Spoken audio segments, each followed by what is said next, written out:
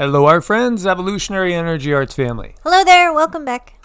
Hope you guys are doing awesome out there. We sure do. Again, every video goes up on our Patreon, so you can subscribe to Patreon for notifications and watch them over there. And also, we want to thank everybody that is supporting us over there as Patreons, where you can do so for as little as basically less than 3 cents a day. And then you get the exclusive videos as well. It definitely is helpful for us too, a lot.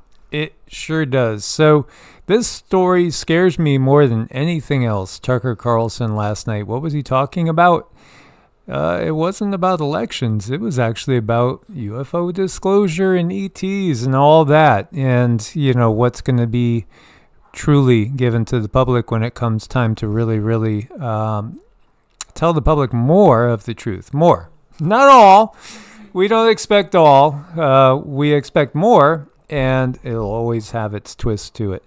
But, you know, it's interesting to see Tucker being used there in that sense, again, as a little controlled disclosure, always coming out. Got to get you ready. You got to get ready, you know, because it's coming. It's absolutely coming. If people knew what's only just a little while away, it would blow your minds. But how about the people that were living in places like this? This is an ancient Roman town off the Gulf of Naples. These people were above water at one time, and now their town is underwater. It could happen in a blink of an eye. It really could. And I don't want to be doing any fear-mongering, but at the same time, just sharing that when we were looking for our perfect place, for me, my perfect place is right on the water. That's what's in my blood. I just love the water. And, you know, I did enjoy living in Florida. Ideally, you know, if it was other times, might be in Costa Rica, Ecuador, who knows, you know, somewhere in a tropical place right on the water. But the guide said, whatever you do, don't go right on the water. This is what they shared with us. And again, if we look to the past, we can see why. Because these places were above ground, and then they weren't. And that's just a reality. We have seen other redos. Let's eliminate the SET part of it. But there have been many great redos throughout history where civilizations have been redone anew, and just small remnants have made it through these time periods. When you look to the Bimini Road, you could go to the Bahamas and you could snorkel it and see for yourself. You could go down there and feel it. And they're going to tell you, you know, these lines, they might look perfect, but they're not perfect. No, it's just time, erosion. Nothing to see here, folks. Yeah, they've told us that a lot of times. But the reality is, again, this is a clue. It's not deep there where this is. I've been well, I don't know technically if it would have been the Gulf or the Caribbean, because it was off the coast of Grand Cayman, and went out to Stingray City, and you go 12 miles by boat offshore, and you jump into water that's 3 to 4 feet deep. And, you know, again, there's artifacts found all over the world of past civilizations. Anywhere you want to look, you could find them. And in fact, if you know, there's a lot of people that go hunting just on Google Earth and can find things. And back in 2017, I remember being on Google Earth and being drawn to this area. As you can see, just by looking, a lot of this, here you have islands. My guess is much of this was above the water, and the water has claimed it. We know we're in an interglacial period. There have been times when there's more ice locked up at the poles, and then there's times when there's a lot less. When you zoom into this area, you start noticing this really weird little area here. I mean, to me, it looks like a runway made for motherships. What could this possibly be? You know, is this just a glitch on Google Earth? These lines look awful straight. It looks like runways, does it not? Oh, it's something, I mean, it looks like a little bit different than when you're flying in a plane and you look down on the roads. There's a lot of spaghetti bowls out there, but these are just a little different. They're not spaghetti bowls, but they're definitely triangles and they're straight. And I'm sure, science has some explanation. Well, we run these things on the bottom of the ocean to test blah, blah, blah, blah, blah. They're going to come up with something. Yeah, well, to me, it's like somebody has some like triangles, compass, square, triangle type things, and they just have a pile of them on top of each other. Yeah, it's perfectly normal. Sure, nothing to see here. How about this off the coast of Los Angeles, Santa Monica area? That looks curious. It almost looks like in a pyramidal formation, and people have talked about this. I remember talking about this maybe 6 years ago in videos. This unusual structure that some have said is, it's an entrance into either deep underground military bases or inner Earth. Maybe it's a shortcut to get into, head over towards Agartha and these other civilizations that are legendary, but I think they're absolutely real inside the Earth. Well, it certainly has very pretty pillars, and I mean, there's room there for something quite large to come in and out. Yeah, well, the control structure will tell you, and this is in the Huffington Post, this is from 2014, the truth behind the Malibu underwater alien bases.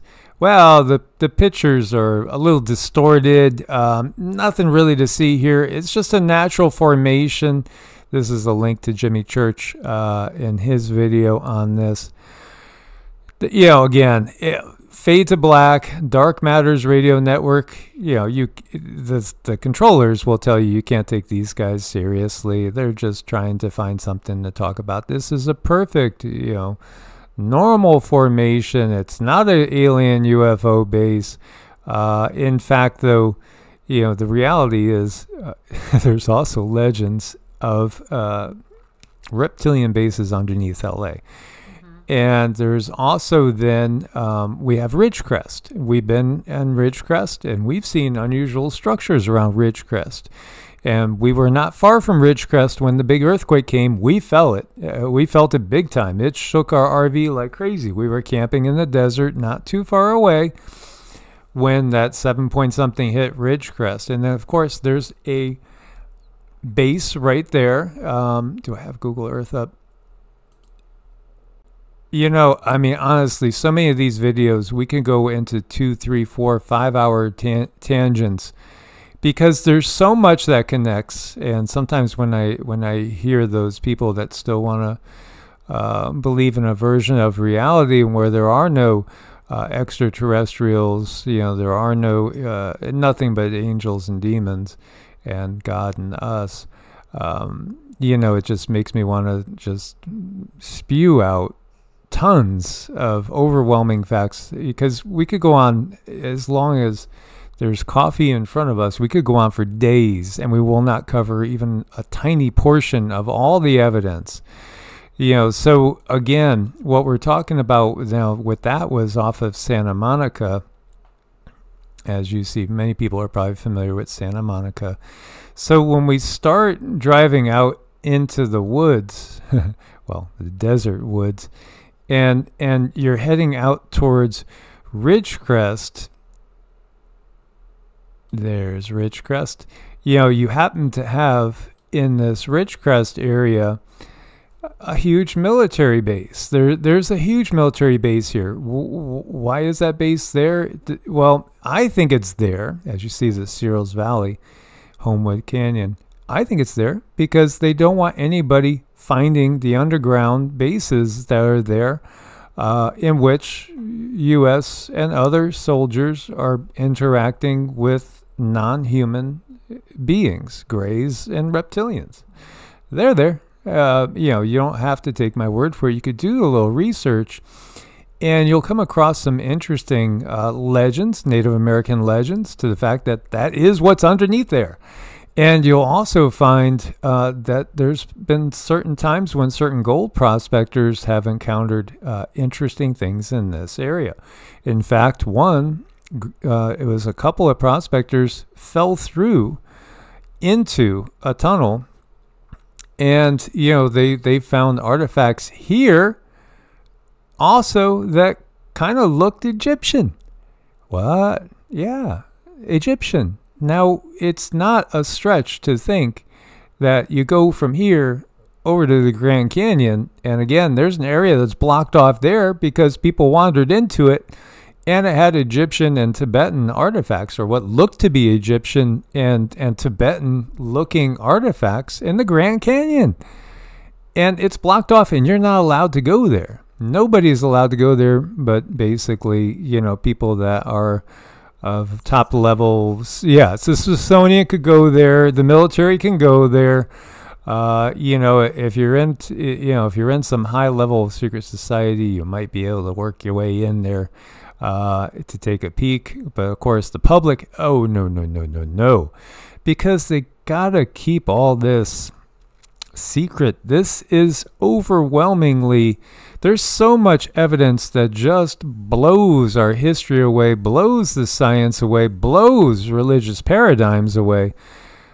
And it's fascinating. Honestly, it's fascinating. Here is Pahrump. This was basically a home base for me and Cindy, as we own the patch of land just north of Pahrump, right on the California-Nevada border.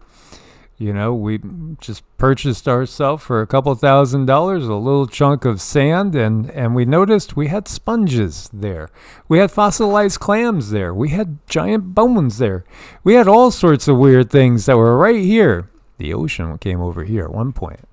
Ah, yes. History is not what we have been told, guys. Not at all. And we don't have to even just stop there. It's overwhelming. They could keep debunking. Go ahead. Keep debunking, and there's just more places we can look. How about the underwater city of Cuba?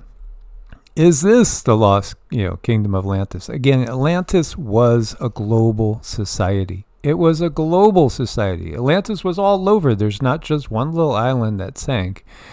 Again, if we're listening to the Plato myth, which talks about one little island that sank outside the Pillars of Hercules, that still is coming from the Greeks. That still is coming from ultimately the controllers. And this is, again, it's giving us a little bit, but not giving us the full picture.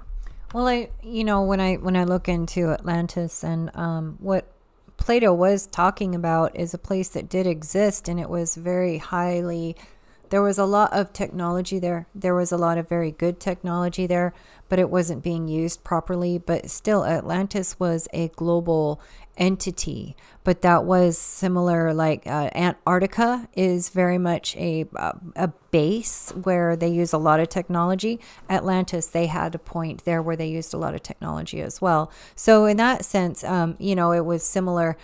But no, I mean, these places are all over the world, and they just keep everything so quiet. I mean, even in the humblest, quietest, supposedly most boring of places, you can find mounds and giant mounds and things that are just spectacular, and you really wouldn't believe it. And I think they kind of enjoy keeping things a secret in that way. Yeah, and Antarctica, again, there's been so many people. I remember Florida Maki has done a lot talking about pyramids and showing different places on Antarctica that have pyramids too. And yeah, there is more, obviously, way more than meets the eye that's been released to us so far.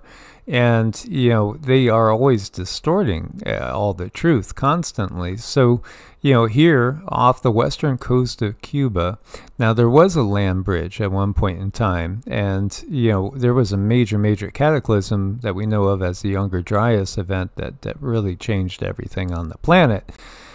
And the land bridge connected Cuba to the Yucatan. So at one point in time, you could travel from Cuba to Mexico over into the U.S. These things were possible. In fact, at one point in time, all these little islands of the Bahamas, a lot of them were connected.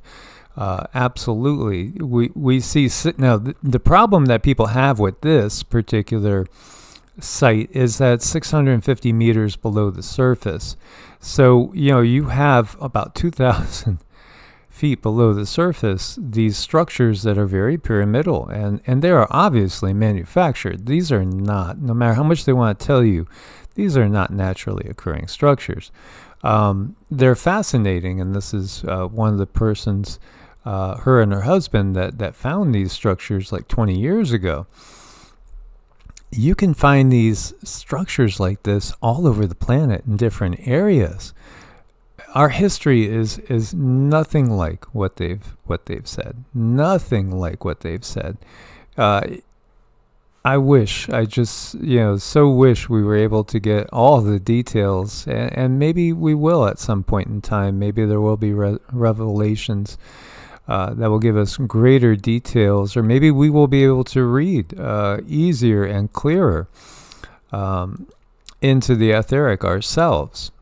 There is also, this was more recent, this is a 12,000-year-old, perhaps, underwater city with pyramid and energy field right off the coast of Louisiana, not far off New Orleans. And, this is, we shouldn't be surprised about that, because, again, if we're looking and zooming in, here is what we were talking about off the coast of Havana here and Cuba.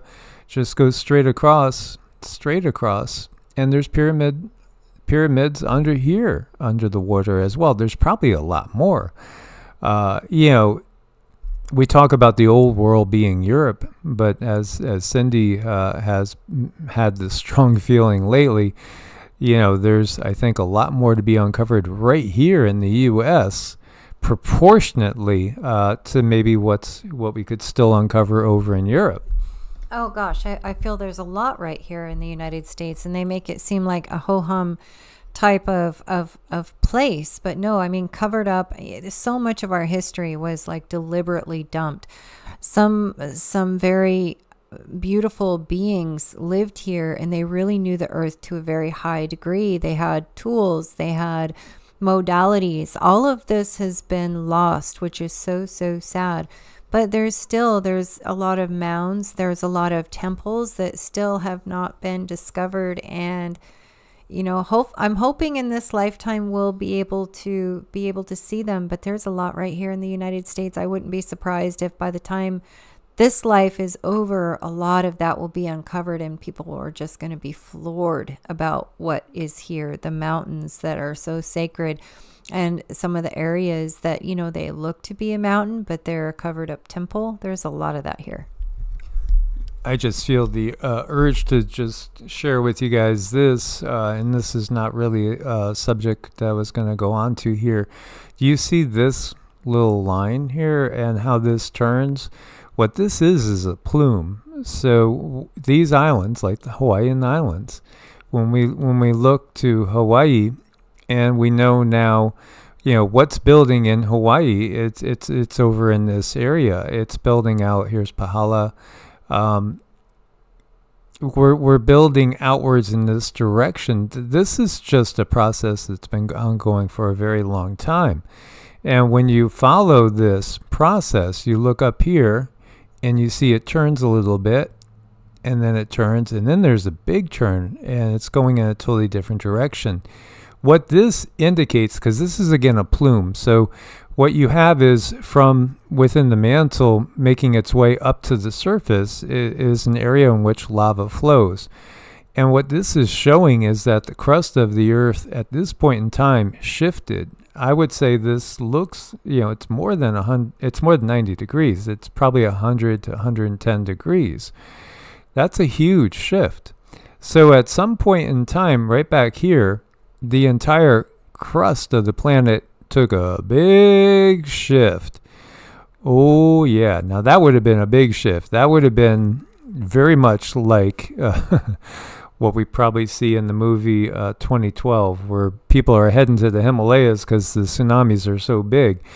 Yeah, I don't get, and we don't get that it's going to be that bad this time. We don't get that, not in our lifetimes. Not in our lifetimes anyway. And I'm an old guy, so we don't see that happening before, say, 2100 or anything. Now, I know there's a lot of you that believe it is going to happen, and there's those out there that want to be at 7,000 feet or 10,000 feet or even higher because they're afraid of the tsunamis. And while we do think it's dangerous along the coasts, we haven't seen anything remote viewing, and the guides have never said there's going to be that type of event where you literally have the entirety of the globe's water moving in a way that inundates the continents, and to that high degree. We have never gotten that ourselves, and I'm just sharing that. Right. No, we've never gotten that ourselves. I mean, for us, I think an enormous amount of energy is put out there with these huge, catastrophic earth changes that could happen at any moment.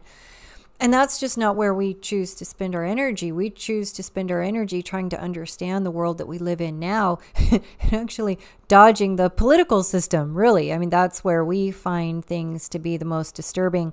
But, I mean, everyone's different. It's just that kind of a cataclysm.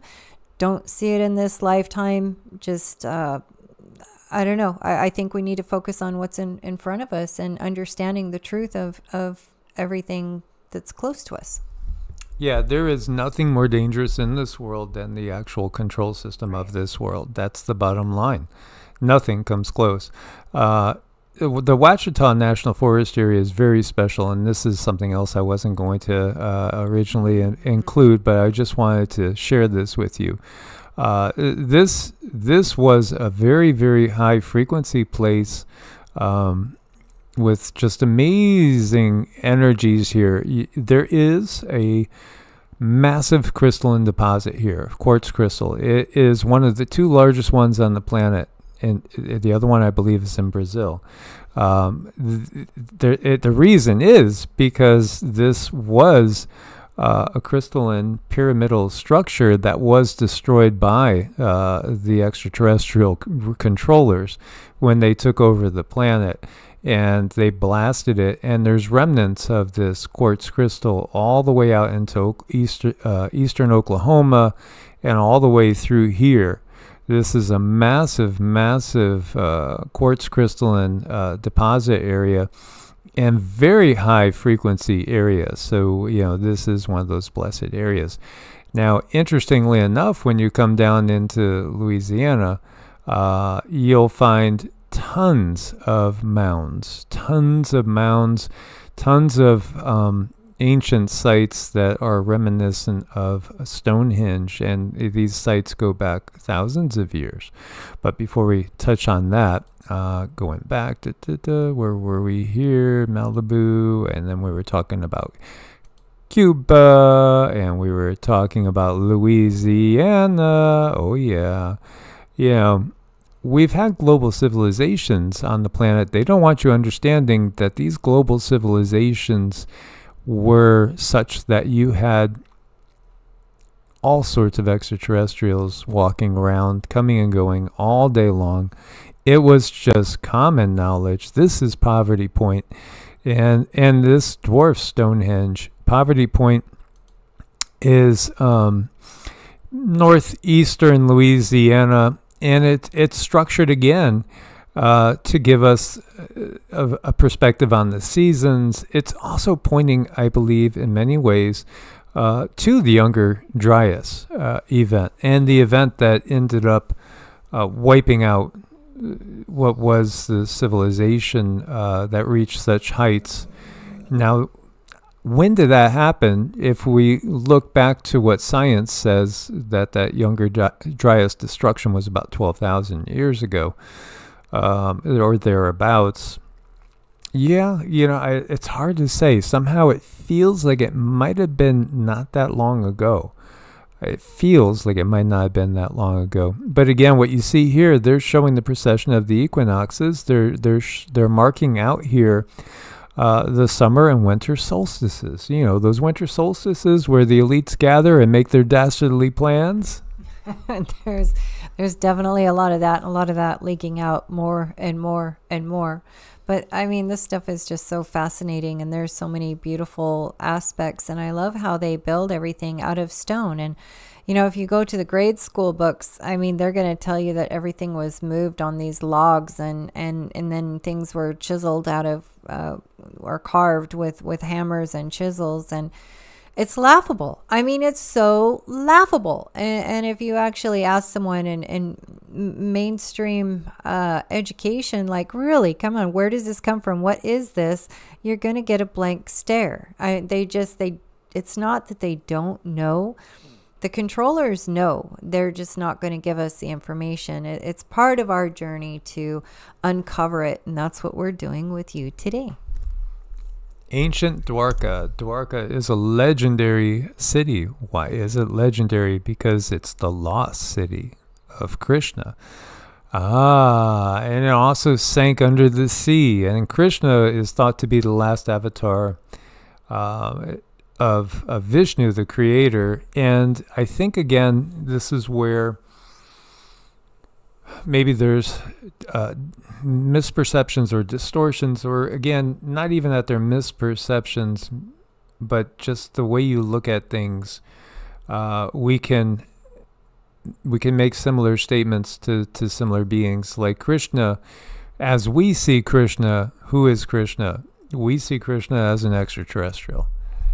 Yeah, I mean, he's definitely not from this planet. No, he's a being that came here to teach, to be, to enlighten, to bring his vibration and show how to live. You know, what is it like to be a being who can just spread themselves amongst others? What does it look like to be a leader who leads out of love and not fear? These are all the things that he brought. He brought many good, beautiful teachings right along with Yeshua. And it's funny how a lot of times they're depicted together. Christ, Krishna. The root is the same. And so, you know, Christ consciousness is really coming from the root of Krishna consciousness, which is coming from a being that's not from here. Now, these are the beings that we would call the Devas, which are the good extraterrestrial beings, the good higher dimensional beings, which came here and taught us in the Golden Age all the mysteries of the universe and how to find our place and be in alignment with the universe and the natural order of things. Mm-hmm. Right. And there's many beings, you know, these are a few that are highlighted.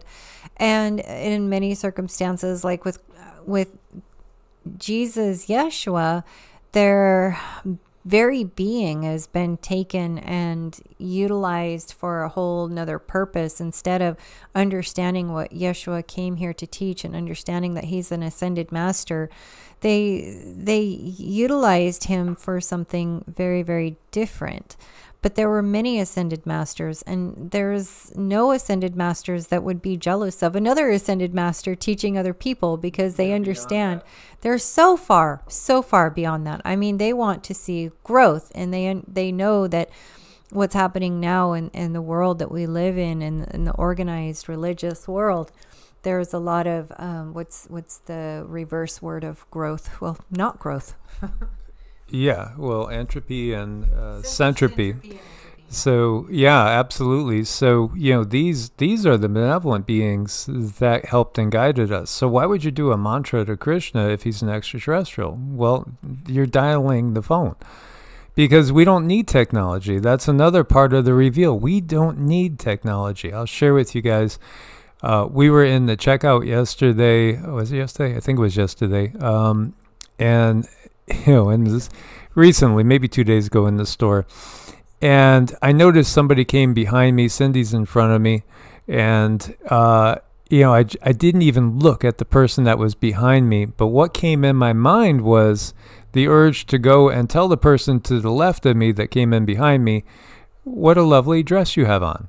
And that's not typically what I would do. But the reason is because, you know, Cindy did make the comment like moments later to the lady and said, I love your dress. And the lady was like, well, I love your pants. And I was actually hearing the conversation before it happened. And this is what's happening in this time. This is why they want you to drink as much fluoridated water as possible. Get those fluoride treatments. You got to calcify that pineal gland. Don't let that sun come through, because we can't have you waking up and reading our thoughts, or you'd know that we're lying to you. It was really cute. Mike was busy, helping the lady with groceries and doing what she does, weighing everything. But I looked at her dress and I'm just thinking, gosh, she has the cutest dress. And I just loved it. But I'm thinking, I'm not going to tell her because I'm just too shy. And she looks up to me. She's like, where did you get those pants? And I said, where did you get that dress? It was like a girl moment. It was super cute. And then he heard it. He heard the conversation. So that was really cute. The other thing about that, she said they were going to have a otherworldly event at their church. And that's why, because she liked my pants because they had a sun and stars and moon, and they were all, starry like, and she wanted to wear something like that. And I thought, boy, that's curious. They're letting that leak into the mainstream religions. Curious.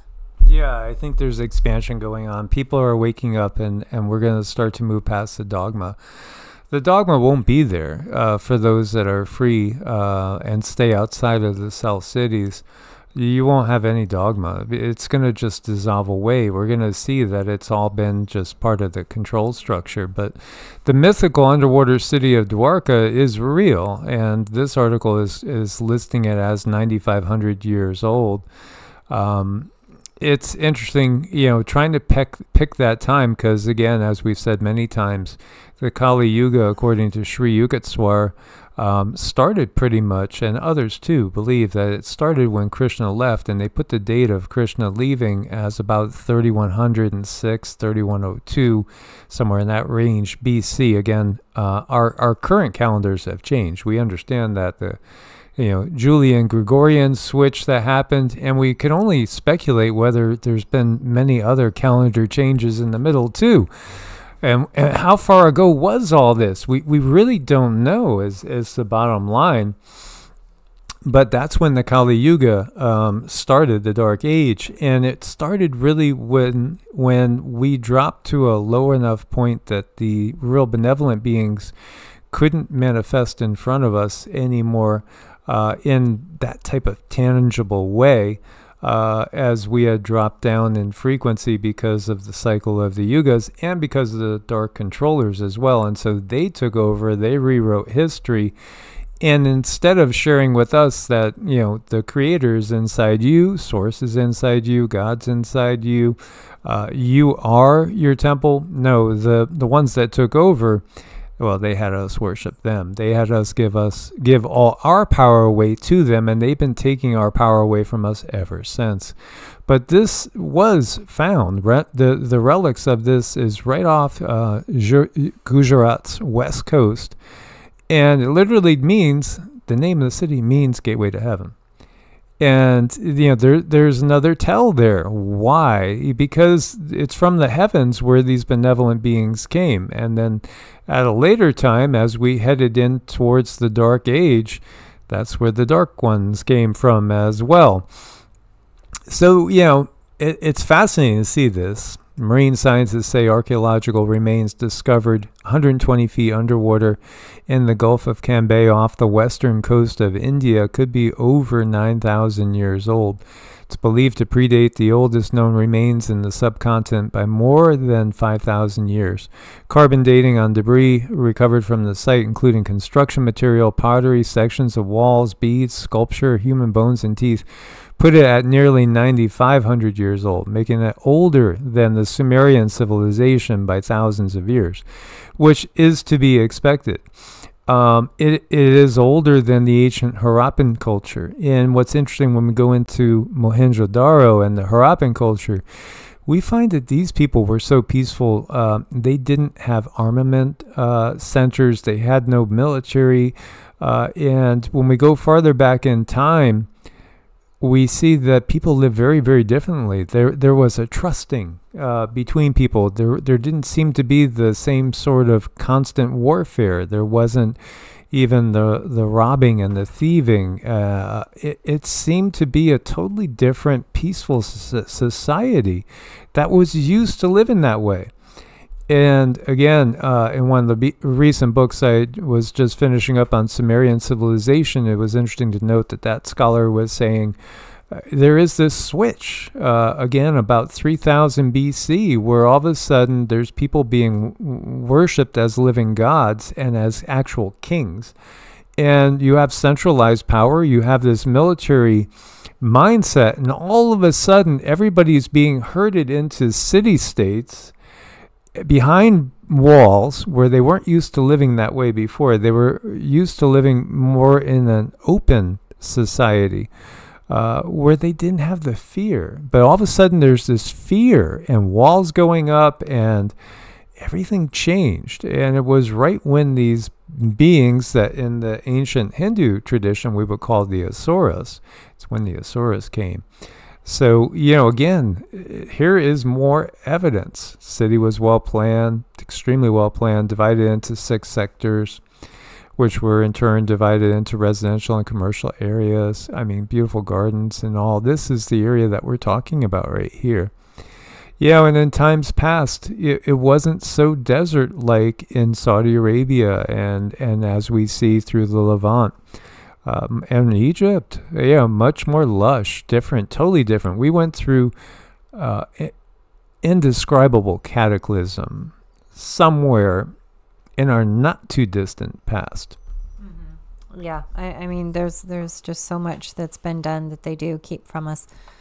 And, you know, I think it's fun. Part of our journey here is to open it up and discover it and not allow yourself to get roped into the control grid that they've placed. And you know, it's up to us. Everyone creates their own surroundings, and that's such a huge true statement. Our ability to awaken ourselves and use our manifestation to create those things that we want to be close to us. We all have an individual journey.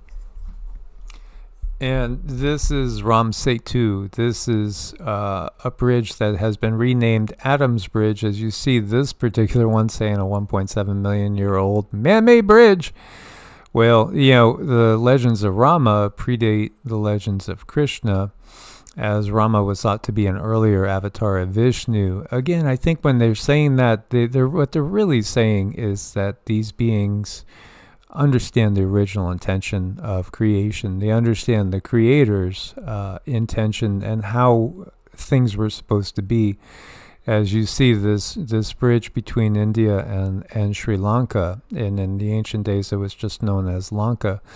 And it was said to be created by an army of ape men. It could be Bigfoot type beings in order to rescue Sita and Sita is thought to be an incarnation of Lakshmi, the goddess of abundance, from a demonic type of being, again, the Asuras, that came and kidnapped her. You know, so again, you can see, you know, science can see the evidence. The evidence is right there. It's underwater right now, but it didn't go underwater until maybe less than 1,000 years ago. I was above water and supposedly made by an army of big feet. We kid you not.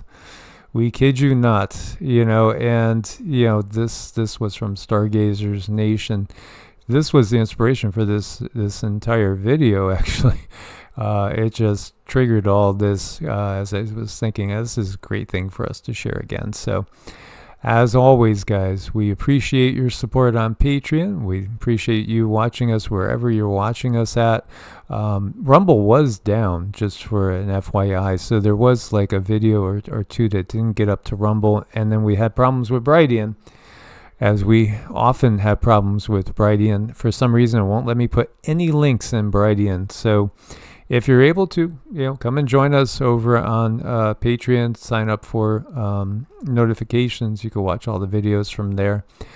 And we do appreciate your support. Look forward to the comments. Much love, source bless, and namaste. Namaste.